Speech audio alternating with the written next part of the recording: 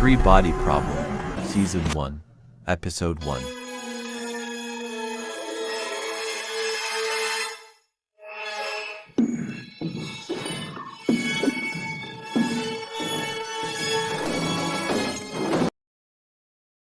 (1966) Beijing की कहानी की शुरुआत में हम देखते हैं एक प्रोफेसर को शर्मिंदा किया जा रहा है और उसकी पत्नी भी उसका साथ नहीं दे रही है क्योंकि वह लोगों को साइंटिफिक कॉन्सेप्ट सिखाते थे जिससे माओइस्ट सरकार उनसे सहमत नहीं थी। ये सब भीड़ में से उसकी लड़की ये वेंजी देख रही है। वो बहुत दुखी है, बेबस है, लेकिन कुछ कर नहीं सकती। उसके पिता को मार दिया जाता है। लंदन 2024, जहां दोषी एक क्राइम सीन की जांच कर रहे हैं, जहां दीवार पर ब्लड से बहुत सारे नंबर्स लिखे हुए हैं। लाश जमीन पर है जिसकी आंखें निकाल दी गई है और एक नाइफ उसके हाथ में है। दोषी एक कॉप से कहता है, बिल्कुल दूसरों की तरह। Oxford university particle accelerator. एक रिसर्चर सॉल दुखी है कि उसका प्रोजेक्ट बंद होने वाला है। तभी उसकी साथी रिसर्चर वीरा आती है। वह उसे उसके प्रोजेक्ट के बारे में बात करती है और फिर लास्ट में पूछती है, क्या तुम भगवान में विश्वास रखते हो? सॉल जवाब में बोलता है, नहीं। वह दुखी होकर कहती है, अब क्या बचा है? कुछ ही देर बाद वह एक्सीलेटर में कदम रखती है और छलांग लगा देती है जिससे उसकी मौत हो जाती है। ऑगी और जिन एक बार में होते हैं। ऑगी को अजीब से गोल्ड रंग के इमेज दिखाई देने लगते हैं। वह परेशान हो जाती है। तभी वहां पर सॉल का फोन आता है। वह फोन नहीं उठाती। अभी भी उसे गोल्ड रंग की इमेज दिखती है जो काउंटडाउन का रूप ले लेती है।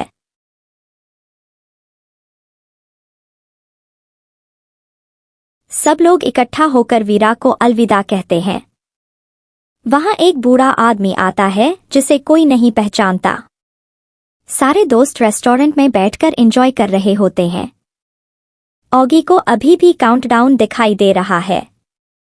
वह रेस्टोरेंट के बाहर ताज़ी हवा लेने के लिए चली जाती है। वह सीढ़ियों पर जाकर बैठ जाती है। तभी वहां पर एक जवान लड़की उसके पास आती है। वह उससे कहती है, भगवान के पास एक बेहतर रास्ता है और उस काउंटडाउन के बारे में पूछती है। वह कहती है, क्या आसमान ने कभी तुमको इशारा दिया है? तो यह सुनकर ऑगी परेशान हो जाती है कि यह सब उसे कैसे पता। लड़की ऑगी को नैनो फाइबर्स का प्रोजेक्ट बंद करने को कहती है और बोलती है कि आधी रात को आसमान की तरफ देखना। वह लड़की ऑगी की तरफ एक पैकेट रखते हुए बोलती है, तुम्हें काउंटडाउन 0 तक नहीं पहुंचने देना चाहिए क्योंकि 0 पर कभी भी कुछ अच्छा नहीं होता। यह कहकर वह चली जाती है।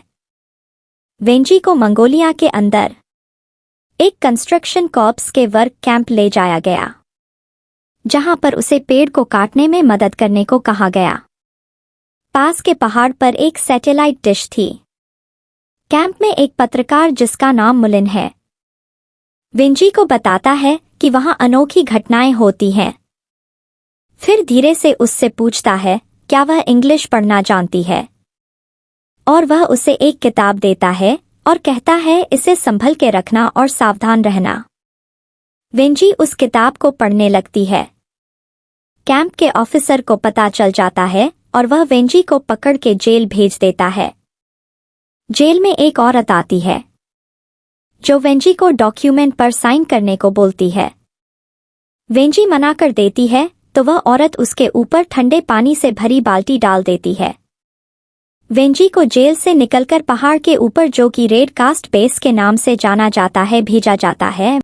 वहां के ऑफिसर्स के पास उसकी एक फिजिक्स पर लिखा गया एकेडमिक पेपर होता है। वह उसे बताते हैं कि अपने आप को हाईली क्वालिफाइड रिसर्च में शामिल करके बचा सकती है, लेकिन एक शर्त है, वह अब बाहर वापस नहीं जा सकेगी। वेंजी हाँ कर देती है और अंदर चली जाती है। जिन वीरा की मां से मिलने आती है, वह उसे वीरा के बारे में पूछताछ करती है। तो उसकी माँ बताती है कि वीरा मरने से पहले एक वीडियो गेम खेलने में बहुत बिजी रहती थी।